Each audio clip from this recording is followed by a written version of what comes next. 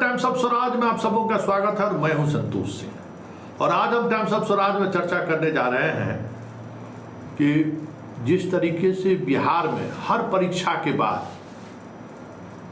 छात्रों के बीच फोन आने का सिलसिला शुरू हो जाता है कि आप नेहा कुमारी हैं, आपके पिता का नाम सज्जन कुमार है, आपने ये सब्जेक्ट भरा है, आपका ये रोल नंबर है, आप परीक्षा में बैठी हैं, आपको 50 नंबर मिला है, 62 नंबर में आप कंप्लीट कर जाएंगे, इतना कम नंबर है, चलिए 1 लाख रुपया आप दे दीजिए, हम आपको रिजल्ट दे देते हैं।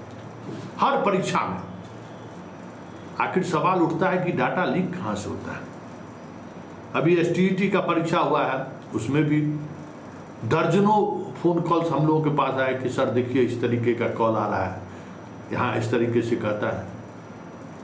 इसी तरीके से अभी बीपीएससी टीआरई 3 का परीक्षा हुआ है, अभी तक कम से कम 30 स्टूडेंट मुझे फ़ोन किया है कि देखिए सर इस तरीके से फ़ोन आ रहा है कि आप बीपीएससी के रिजल्ट की परीक्षा 6 to 8 में दिए हैं, आपका ये रोल नंबर है, आपके पिताजी का नाम ये है, आपका सेंटर वहाँ था, मतलब सारी जानकारी उस गैंग के पास है। और फिर रिजल्ट बताता है कि आपका रिजल्ट ये है और आप इतनी पैसे आप दीजिए, फलाने बैंक अकाउंट में दीजिए, आप पास करवा देते हैं आपको। हम बीपीएससी ऑफिस से बोल रहे हैं, ट्रू कॉलर पर भी बीपीएससी ऑफिस ही दिखता है। लेकिन बड़ी बात यह है कि ये डाटा उस तक पहुंचता कैसे है। इस लाखों छात्रों का 5 लाख स्टूडेंट फॉर्म भरता है, कम से कम 50,000 1 लाख स्टूडेंट के पास तो फोन पहुंच ही जाता है। ये डाटा जब बात करिए आर्थिक अपराध इकाई से या साइबर सेल वाले से बात करिए तो कहेगा कि नहीं, स्टूडेंट जो है ना किसी न किसी कैफे से जो है सो फॉर्म भरा है, इसीलिए उसका डाटा लीक हुआ है। हमें ये समझ में नहीं आता है कि भाई जो खुद अपने लैपटॉप से अपने घर के लोगों के बीच से फॉर्म भरा है, उन्हें भी फ़ोन आ रहा है, उनका कैसे डिस्क्लोज हो सकता है। और अगर साइबर कैफे से डिस्क्लोज होता है तो फिर ऐसे साइबर कैफे वाले पर तो कार्रवाई होनी चाहिए, क्योंकि ये मेरी पूरी आइडेंटिटी डिस्क्लोज हो रहा है। इस तरीके से अगर डिस्क्लोज होने लगे तो फिर परीक्षा के होने और नहीं होने का मतलब क्या है।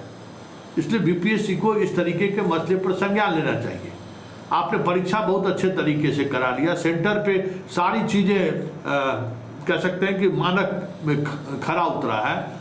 हाँ, एक सवाल हमने पहले भी किया था आपसे कि भाई रिजर्वेशन वाला इस बार बढ़िया से देख लीजिएगा कि रिजर्वेशन दूसरे राज्यों को नहीं मिल सके। जो विषयवार आप रिजल्ट निकाल रहे हैं उसके अनुसार उसकी योग्यता है या नहीं है, ये कुछ चीज़ें हैं जिनको आप जरूर जांच करिए, नहीं तो टीआरई 1 और टीआरई 2 की तरह हजारों फर्जी और गैर योग्यताधारी टीचर आ जाएंगे, जाके ज्वाइन भी कर लेंगे, 8-10 महीना वेतन भी उठा लेंगे। जांच करते रहिए। इसी तरीके से इस तरीके का जो सॉल्वर गैंग है तो वो वहाँ छात्रों को जो उसमें पकड़ाए भी, 57 पकड़ाया भी है, उस पर भी कार्रवाई करिए, मजबूती से कार्रवाई करिए। लेकिन ये जो फ़ोन कॉल्स करके जो छात्रों को मानसिक तनाव दे रहा है, ऐसे लोगों पर भी कार्रवाई होनी चाहिए और ऐसे लोगों पर आपको सामने आना चाहिए, बीपीएससी को केस करना चाहिए। नंबर भी आप बताएं ना, 7595864818 बताइए, नंबर भी है और इस नंबर पर से कॉल आ रहा है, अकाउंट नंबर भी दे रहा है। तो इतने एविडेंस के बावजूद भी अगर, क्योंकि छात्र अब केस करने कहाँ जाए, आसान है केस करना छात्रों के लिए, जब बीपीएससी केस करे, ऐसे लोगों पर कार्रवाई करे। एसटीईटी की परीक्षा में भी यही, अब बिहार बोर्ड को कहिए कि कहेगा कहाँ डाटा साइबर कैफे से कैसे डिस्क्लोज हो रहा है। आप दीजिए, आर्थिक अपराध इकाई एक बड़ा मिशन अभियान चलाए और उस अभियान के तहत जो है सो कार्रवाई हो। देखिए ये सब सारी चीज़ें तो हैं ही।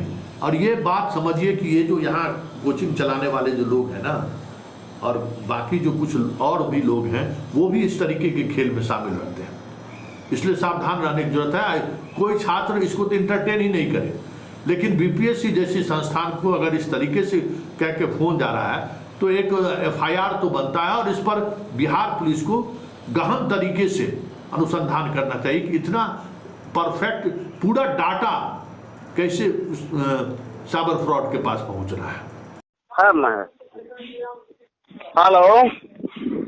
हेलो, हेलो, सुमन कुमार जी से बात कर रहा था सर। बोलिए। आप ही हैं? हाँ ये स्टेट का एग्जाम दिए थे सर, इसीलिए कॉल किए हैं। हाँ किए थे। एग्जाम दिए थे आप? हेलो, हाँ दिए थे। पेपर आया हुआ था सर जांच के लिए। कहाँ आया था? पटना बोर्ड ऑफिस में सर, अच्छा पेपर 2 का। जी। एग्जाम दिए थे सर कि नहीं? हाँ हम दिए थे। कितने तारीख को दे के आए थे? एग्जाम था मेरा। वो तो आपके पास लिस्ट है तो पता होगा ना। मेरे पास लिस्ट है तभी ने कॉल किए सर, नहीं रहता तो हम क्या जानते आप कौन है क्या है 13 नहीं है। तारीख को। जी, ये डेट ऑफ बर्थ दिखा रहा है सर 17/8/1996। जी। सही है ना सर? हाँ सत्यनारायण शाह पिताजी हैं, जी। शैलेजा देवी माँ है, कौन? शीला देवी माँ है सर। हेलो, हाँ तो क्या कहना चाह रहे हैं? अनक्वालिफाइड हो गए हैं सर, 71 अंक ला करके इस बार। पिछले बार भी एग्जाम दिए थे, 60 नंबर ला करके अनक्वालिफाइड हो गए थे। इस बार 71, तो इसमें खर्चा आएगा सर 10,000 रुपया।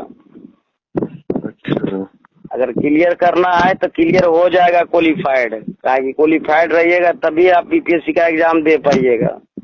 सही बात। जी, नहीं तो सर जैसा है वैसा ही लोड कर दिया जाएगा। ओ जी, कितना खर्चा आएगा लगभग? 10,000 अभी लगेगा सर इसमें। 10,000। जी, आपका जमा शुभ करने नाम के लिए सर? सक्षम है सर तो मैं चढ़ा दूंगा। आपका नाम सर? मेरा नाम कुश जी हुआ। कोश जी। जी अच्छा अच्छा, बोर्ड ऑफिस से बोल रहे हैं? जी, पटना बोर्ड ऑफिस है ना, बीएसई भी से? बिहार विद्यालय परीक्षा समिति पटना बोर्ड ऑफिस है सर। अच्छा अच्छा। जी, तो सर थोड़ा सा वक्त दीजिए, हम अपने पेरेंट्स से बात ना करके। सर टाइम नहीं दे पाएंगे, तो 4-5 मिनट का टाइम देंगे सर, ताकि कहिएगा सर तो मैं व्हाट्सएप पर भेज देता हूँ ताकि आप देख सके सर। थोड़ा सा भेज दीजिए रुकने कि के तो अलावा नहीं देता है सर ऊपर थोड़ा से, सा हम हम लोग देख को भी ऑर्डर लेते मिला हैं। है खेल चढ़ाने के लिए। थोड़ा सा आप भेज जी, दीजिए सर, हम उसको देख करके पेरेंट्स से बात करके हम आपको 10 मिनट में बताए।